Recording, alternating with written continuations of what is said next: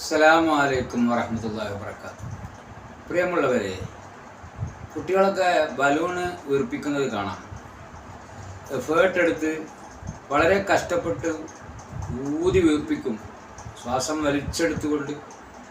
അങ്ങനെ വീർത്ത് കഴിഞ്ഞാൽ പിന്നെ ഉടനെ അതിനൊരു കെട്ട് കൊടുക്കണം.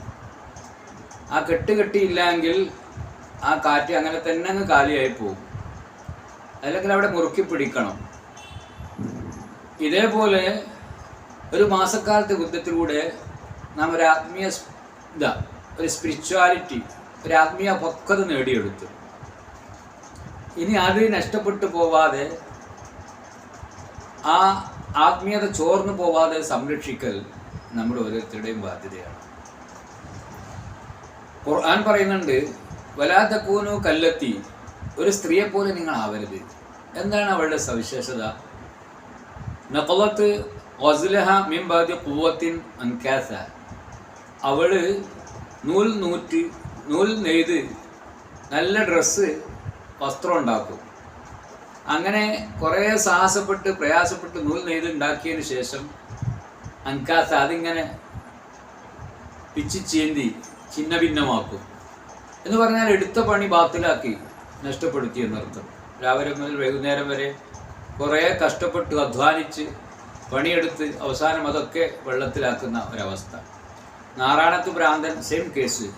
രാവിലെ മുതൽ വൈകുന്നേരം വരെ പാറക്കല്ല് മലയുടെ മുകളിലേക്ക് കയറ്റിക്കൊണ്ടുപോയി അവസാനം അത് താഴോട്ട് ഉരുട്ടി കൈമുട്ടിച്ചിരിക്കും. ഇതായിരുന്നു നാറാണത്ത് ഭ്രാന്തൻ്റെ പ്രത്യേകത. അതേപോലെ ചെയ്ത പണി ബാത്തിലാക്കുന്ന ഒരു പ്രവർത്തനം നിങ്ങൾ ചെയ്യരുത് എന്നാണ് ഖുർആൻ നമ്മോട് പറയുന്നത്.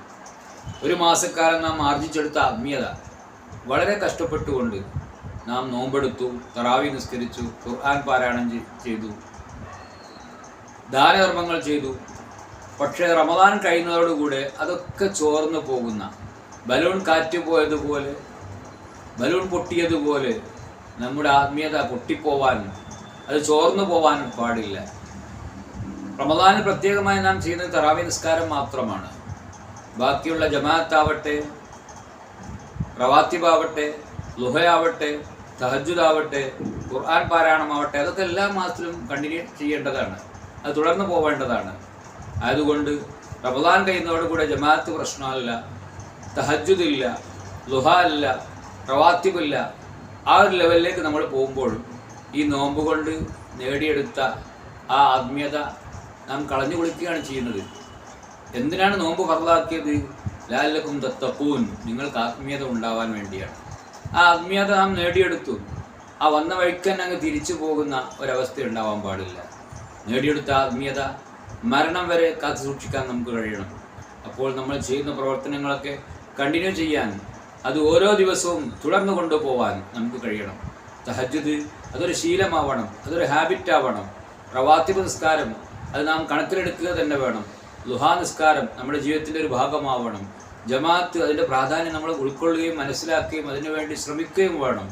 ഇങ്ങനെ മരണം വരെ ഇപ്പോൾ നേടിയെടുത്ത ആത്മീയത അത് നിയന്ത്രിക്കുവാനും അത് നിലനിർത്തുവാനും നമുക്ക് കഴിയുമ്പോഴാണ് നാം ഒരു മുത്തക്കിയാവുന്നത്. അപ്പോഴാണ് നോമ്പിൻ്റെതായ ഒരു ഇൻഫ്ലുവൻസ്, അതിൻ്റെതായ ഒരു ഇൻസൈറ്റ്, ഒരു ഇമ്പാക്റ്റ് നമ്മുടെ ലൈഫിൽ ഉണ്ടാകുന്നത്. അങ്ങനെ ഒരു ലൈഫിൻ്റെ സ്ട്രാറ്റജി, അതിൻ്റെതായ ഒരു റൂട്ട്, ആ റൂട്ടിൽ നമ്മൾ ക്രമപ്പെടുത്തുകയും ആ രീതിയിൽ തന്നെ മരണം വരെ ജീവിക്കുമെന്നൊരു പ്രതിജ്ഞ എടുക്കുകയും വേണം. അതിനാവട്ടെ ഈ പെരുന്നാൾ ദിവസം നമ്മുടെ തീരുമാനം. അള്ളാഹു അനുഗ്രഹിക്കുമാറാവട്ടെ. ആമീൻ. റഹ്മത്തിക അർഹമറായി.